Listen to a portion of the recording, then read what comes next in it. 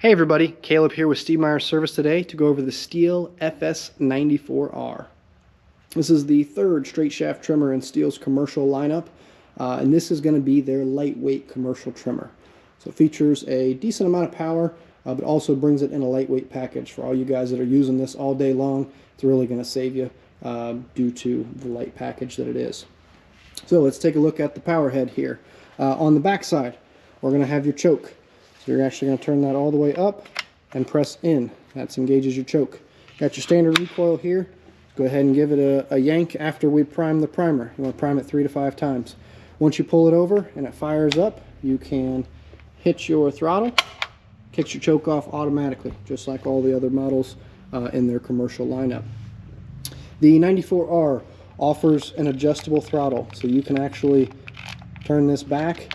It is a throttle limiter, so it sets how little or how much you can pull the throttle. Then you can go all the way up, and that allows you for a full pull. Down at the bottom, we have the Stihl Auto Cut 27-2 head. This offers the upgrade to the metal bump. For all you guys that are using trimmers, sun up to sundown all day long, you may want to consider upgrading to that metal bump. That way you don't have to go through inserts all the time. The trimmer also has a greasable gearbox, so you got your Torx fitting there, or you got your hex nut. You can take that off with the tool that's supplied in your manual. Buy the tube of grease, the Stihl string trimmer gearhead grease. Grease it once a year, you'll be doing great. In order to advance more line out at full throttle, go ahead and tap that on the ground, and that'll kick more string out for you. And then it does come standard with the strap.